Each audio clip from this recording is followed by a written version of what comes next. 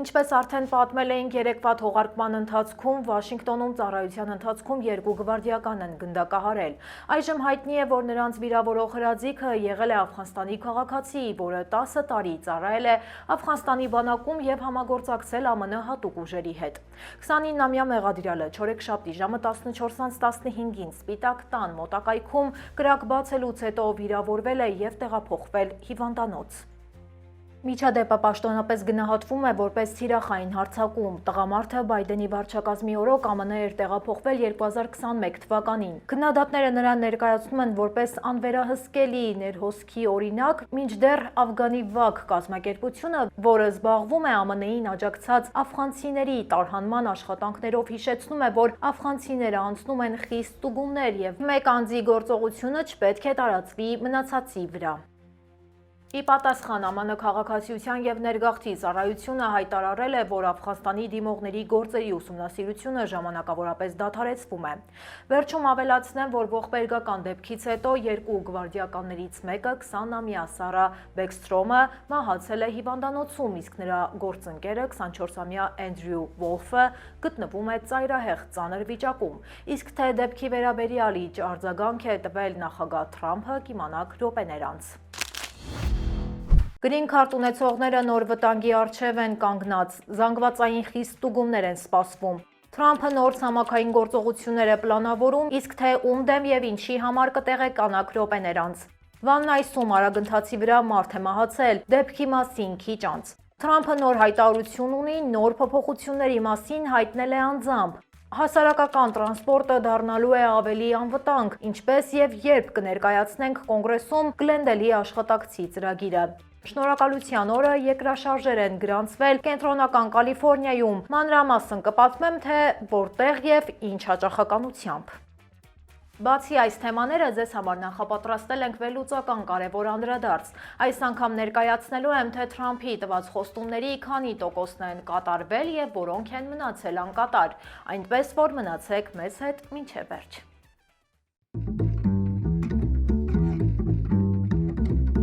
Բարև ձեզ, դուք միացել եք Glendale News-ին, ես Լենա Կարապետյանն եմ եւ ինչպես միշտ ձեզ կպատմեմ Ամերիկայում տեղի ունեցող ամենաքննարկվող եւ կարեւոր թեմաների ու իրադարձությունների մասին։ Ձեր ակտիվությունը մեզ համար շատ կարեւոր է։ Մենք կարդում ենք ձեր բոլոր մեկնաբանությունները եւ շնորհակալ ենք յուրաքանչյուր լայքի եւ կոմենտի համար։ Շարունակեք մնալ մեզ հետ ու աջակցել մեր աշխատանքին։ Իսկ հիմա անցնենք այսօրվա կարեւոր թեմաներին։ Հիմա խոսենք Վաշինգտոնի հրաձգության հետևանքների մասին։ Կատարվածից մի քանի ժամ անց Թրամփի վարչակազմը եւս 500 ազգային գվարդիական է ուղարկել Վաշինգտոն։ Նախագահը հայտնել է, որ անձամբ հանձնարարել է Պաշտպանության նախարարությանը շտաբ նոր ուժեր մոբիլիզացնել եւ խստացնել քաղաքի ծառայությունը։ Նոր ուղարկվող զինծառայողները կմիանան մայրաքաղաքում արդեն տեղակայված մոտ 2200 գվարդիականներին, որոնցից շուրջ 900-ը Վաշինգտոնի ազգային գվարդիայից են, իսկ ավելի քան 1200-ը այլ նահանգներից։ Հիշեցնեմ, որ ազգային գվարդիան Վաշինգտոն էր ժամանել դեռ օգոստոսին Թրամփի վարչակազմի հակահանցավոր քաղաքականության շրջանակում, որը ներառում էր դաշնային գործակալների եւ տեղական ոստիկանության համալրված աջակցություն։ Վաշինգտոնի գլխավոր դատախազը դատի է տվել վարչակազմին, պնդելով, որ այս տեղակայումը հակասում է օրենքին։ Դոնալդ Թրամփի հրահանգով ԱՄՆ քաղաքացիության եւ ներգաղթի ծառայությունը սկսել է լայնածավալ ստուգումներ անել գրին քարտ ունեցողներին, ովքեր գալիս կամ արդեն եկել են ԱՄՆ-ի կողմից վտանգավոր համարվող կամ այլ կերպ ասած մտահոգություն առաջացնող երկրներից։ Այս մասին հայտնել է ներգաղթի ղեկավարը, ընդգծելով, որ ազգային անվտանգությունը մնում է առաջնային։ Վտանգավոր երկրների ցանկը վերցված է հունիսին հրապարակված նախագահական հրամանագրից, որտեղ նշվում են 19 երկիր, այդ թվում Աֆղանստանը, Հայիթին, Իրանը, Վենեսուելան եւ այլ պետություններ։ Նշեմ, որ Հայաստանը ներառված չէ այս ցանկում։ Հինգշաբթի օրը Թրամփը հայտարարել է, որ ԱՄՆ-ն շատ շուտով կարող է վենեսուելացի ենթադրյալ թմրավաճառների դեմ նոր գործողություններ սկսել ցամաքային ուղղությամբ, ընդլայնելով Կարիբյան ծովում արդեն ընթացող օպերացիաները։ Շնորհակալության օրվա ելույթում նա շնորհակալություն է հայտնել օդուժի 7-րդ ռմբակոծիչ թևին, նշելով. Թմրանյութերի ծովային ճանապարհով փոխադրման շուրջ 85%-ը արդեն կանգնեցվել է։ Շուտով կսկսենք կանգնեցնել նաև ցամաքով տեղափոխողը։ Սեպտեմբերից ԱՄՆ-ն ուժեղացրել է իր ներկայությունը տարածաշրջանում եւ մոտ 2 տասնյակ հարված է հասցրել ենթադրյալ թմրավաճառ նավերին, ինչի հետևանքով սպանվել է առնվազն 82 մարդ։ NBC News-ի տվյալներով հիմնականում այդ նավերը կոկաին են տեղափոխում հարավային Ամերիկայից դեպի Եվրոպա, ոչ թե ԱՄՆ։ Երեկ Մանհեթենը մի քանի ժամով վերածվել էր տոնական քաղաքի։ Գունավոր հարթակները, վառ հանդերձներով երաժիշտները, հայտնի արտիստների ելույթները եւ հսկայական օդապարիկները նշանավորեցին Մեյսիսի 99-րդ շքերթը։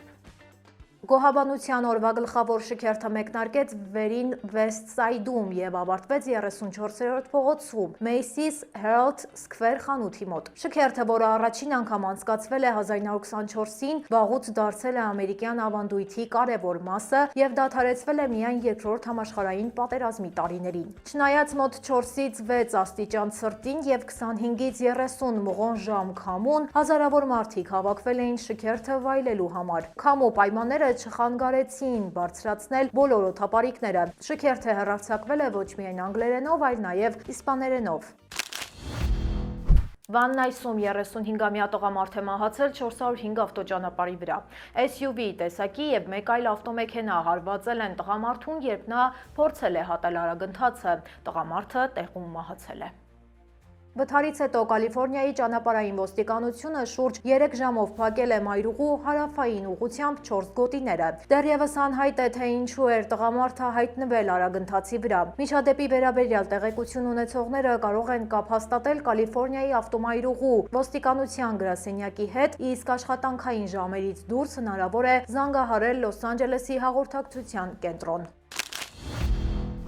Դոնալդ Թրամփը հայտարարել է, որ գուցե անհրաժեշտ լինի ցածր եկամուտ ունեցող ամերիկացիների Օբամաքեյերի սուբսիդիաները երկարաձգել, քանի որ գրանցման վերջնաժամկետը մոտենում է, իսկ միլիոնավոր մարդկանց ապահովագրական վճարները պատրաստվում են աճել։ Հիշեցնեմ, որ Օբամաքեյերը առողջապահական օրենք է, որը մարդկանց ապահովում է մատչելի ապահովագրությամբ։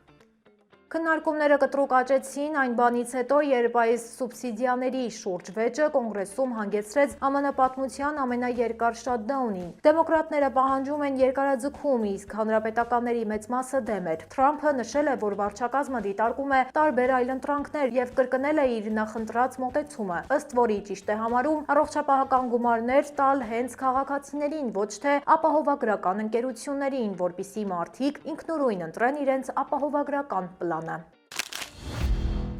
Տարվա ամենածանրաբեռնված սեզոնի նախօրեին կոնգրեսի Գլենդելի դեմոկրատ անդամ Լորա Ֆրիդմանը ներկայացրել է օրինագիծ, որը նախատեսում է առաջիկա 5 տարում $250 միլիոն հատկացնել հասարակական տրանսպորտի անվտանգությունը ուժեղացնելու համար։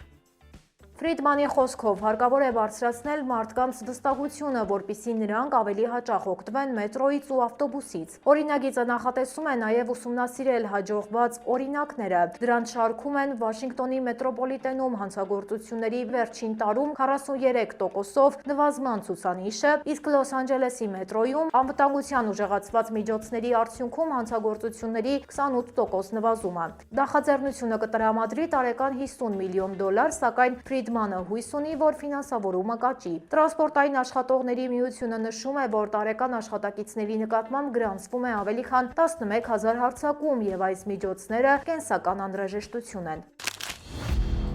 Նյու Յորքի հրեական աղոթատան մոտ անցկացված Պաղեստինամետ բողոքի ակցիան առաջացրել է հակահրեական վերաբերմունքի մեղադրանքներ եւ շեշտել քաղաքապետ Զոհրան Մամդանիի զգայուն դիրքը Իսրայելի շուրջ վեճերում։ Բողոքն ուղղված էր նոյեմբերի 19-ին անցկացված միջոցառմանը, որը կազմակերպել էր Հյուսիսային Ամերիկայից Իսրայել տեղափոխված հրեաներին աջակցող կազմակերպությունը։ Պաղեստինամետ ակտիվիստները հավաքվել էին աղոթատան մոտ, վանկարկելով ոչ վերաբնակիչներին գողացված հողում և մահ Իդեֆին, որը Իսրայելի ռազմական համակարգի խորհրդանիշն է։ Մանդանին հայտարարել է. «Մեջբերեմ, որպես քաղաքապետ ես միշտ կպաշտպանեմ մեր հրեական համայնքին։ Աղոթատները պետք է անվտանգ լինեն, խոսքի ազատությունը կարևոր է, բայց մահվան կոչերը անընդունելի են»։ Այս ամենը դուր է եկել հրեական քաղաքացիական կազմակերպությանը և ներկայացուցիչ Բերանը նշել է. «Սա այն աշխատանքն է, որի համար Նյու Յորքը ընտրել է նոր քաղաքապետին, և մենք պատրաստ ենք աշխատել նրա վարչակազմի հետ»։ Եթե ձեզ հետաքրքրում է աշխարհին արհեստական բանականության աչքերով նայելու գաղափարը, ապա շատ տեխնոլոգիական ընկերություններ արդեն առաջարկում են դրա իրական տարբերակը՝ արհեստական բանականությամբ աշխատող ակնոցներ։ Վերջին նորույթը ներկայացրել է Alibaba-ն, որը հինգշաբթի սկսել է վաճառել խելացի ակնոցներ, որոնք մի հպումով միանում են ընկերության Qwen.ai համակարգին, որը համարվում է Alibaba-ի ChatGPT-ին։ Խելացի ակնոցը թույլ է տալիս ինտերնետում որոնումներ անել, ավտոմատ հանդիպումներ և ցանկեր կազմել, իհարկե վճարումներ կատարել, երաժշտություն լսել, ժամանակացույցը կառավարել և մի շարք այլ գործառույթներ իրականացնել։ Ակնոցը նաև ներկառուցված տեսախցիկ ունի։ Օգտատերը կարող է նկարահանել ցանկացած ապրանք և անմիջապես ստանալ առցանց հարթակում դրա արժեքը։ Սարքի գինը սկսվում է մոտ $537 և այն դեռևս վաճառվում է միայն Չինաստանում։ Այս ակնոցի գաղափարը նոր չէ։ Ավելի քան տասնամյակներ առաջ Google Glass-ը փորձում էր առաջարկել նոր գործառույթներ, սակայն բարձր $1500 արժեքի պատճառով չհաջողվեց։ UPS Airlines-ը անժամկետ դադարեցրել է իր շուրջ 30 տարի շահագործվող MD-11 բեռնատարների ողջ պարկի աշխատանքը։ Դեպքը կապված է վերջերս տեղի ունեցած UPS-ի ինքնաթիռի կործանման հետ։ Այս ամենը արդեն կարող է ազդել փաթեթների մատակարարման ամենաակտիվ սեզոնի վրա, գրված է UPS Airlines-ի նախագահի ստորագրած ներքին հուշագրում։ Ըստ փաստաթղթի բոլոր MD-11 ինքնաթիռները հանվել են շահագործումից, քանի որ պետք է անցնեն պարտադիր ստուգումներ և հնարավոր վերանորոգումներ։ Սկզբում ակնկալվում էր մի քանի շաբաթվա գործընթաց, բայց այժմ գնահատվում է, որ այն կարող է շարունակվել մի քանի ամիս։ UPS-ի գործող 109 MD-11 ինքնաթիռը կազմում է ընկերության ավիապարկի մոտ 9%, իսկ FedEx-ի մոտ նույն տեսակի օդանավերը կազմում են շուրջ 4%։ Կենտրոնական Կալիֆոռնիայում Thanksgiving-ի կեսօրին գրանցվել է երկրաշարժերի շարք մինչև 4 մագնիտուդով։ ԱՄՆ-ի երկրաբանական ծառայության տվյալներով 3 երկրաշարժեր էլ տեղի են ունեցել Սան Բենիտո շրջանում ընդամենը 47 րոպեի ընթացքում մոտ 5 մղոն խորությամբ։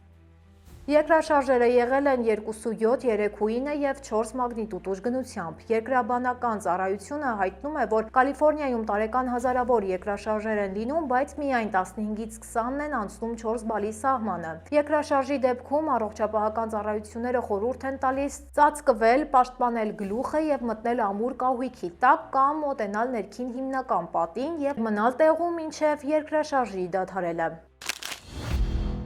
Այսօր ցանկանում եմ անդրադառնալ մի հարցի, որը զգալի ազդեցություն ունի ԱՄՆ-ի քաղաքական համակարգի, հասարակության սպասումների և պետության ապագայի վրա։ Խոսքը վերաբերում է նախագահ Թրամփի նախընտրական հիմնական խոստումներին և դրանց իրականացման ընթացքին։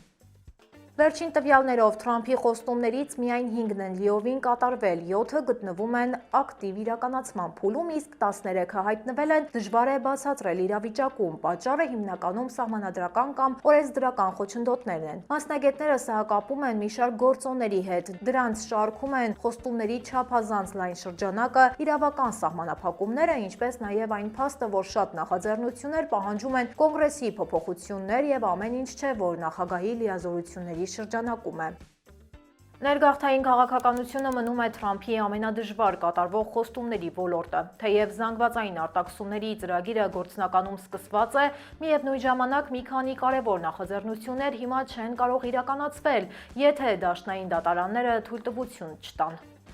Դրանց թվում են ծնունդով քաղաքացիության վերացումը, գաղափարական զտումները և ուսանողական վիզաների մեծ փոփոխությունները։ Դրա համար էլ այս քայլերը շարունակում են դասվել, դժվար է բացատրել կատեգորիայի մեջ։ Էներգետիկայում Թրամփը կարողացել է արագ քայլեր կատարել, նա չեղարկել է էլեկտրական մեքենաների խիստ կանոնակարգերը, հայտարարել է էներգետիկ արտակարգ դրություն և դուրս է բերել ԱՄՆ-ն Փարիզյան կլիմայական համաձայնագրից։ Միևնույն ժամանակ մի շարք վարչական խոստումներ, օրինակ Քենեդու փաստաթղթերի հրապարակումը և էլեկտրական մեքենաների մանդատի չեղարկումը իրականացվել են արագ, քանի որ կախված են միայն նախագահի որոշումից։ Եզրափակելով կարելի է ասել, որ Թրամփի խոստումների կատարումը մեծապես կախված է ոլորտից։ Գործադիր հրամաններով իրականացվող խոստումները կատարվում են արագ, իսկ այն նախաձեռնությունները, որոնք պահանջում են կոնգրեսի կամ դատարանների համաձայնությունը, երկարում են։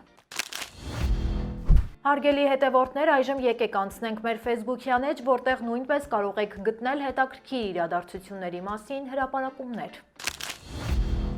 Շատ ընտանիքներ շնորհակալության օրվա սեղանի շուրջ մեկ դատարկ աթոռ են դնում։ Այս ավանդույթը հարգանքի և սիրո ցուցաբերում է այն մարդկանց հանդեպ, ովքեր չեն կարողացել լինել իրենց կողքին, հեռու են բնակվում, ծառայության մեջ են և այլն։ Բացի այդ, տոնը ունի ավանդույթներ, որոնցից է հնդկահավի վեաձև ոսկորով բախտ գուշակելու ավանդույթը։ Հավի կրծքամասից հանում են ոսկորը, երկու կողմից բռնում են ծայրերը, իրենց մտքում պահում նպատակ կամ ցանկություն և քաշում։ Ըստ հին ավանդույթի, ավելի մեծ կտոր ստացողը համարվում է բախտավոր և ցանկությունն իրականանում է։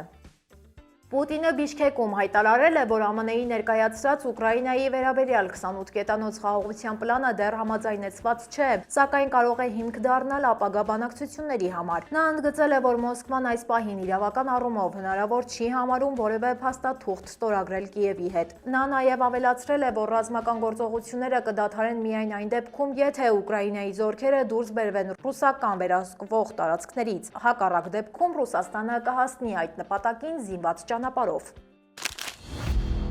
Հուսամ, որ այսօրվա մեր կողմից ընտրված թեմաները հետաքրքիր էին։ Հիշեցնեմ, որ Glendale News-ի նոր թողարկումներին կարող եք հետևել ամեն օր ժամը 5:30-ին, բացի շաբաթ և կիրակի օրերից։ Եթե չեք հասցրել դիտել մեր նախորդ հաղորդումը, ապա կարող եք անցնել հենց այս հղումով և ծանոթանալ բոլոր մանրամասներին։ Այսօրվա համար պատրաստել էինք այսքանը։ Շնորհակալություն մեզ հատկացրած ժամանակի համար և կհանդիպենք երկուշաբթի։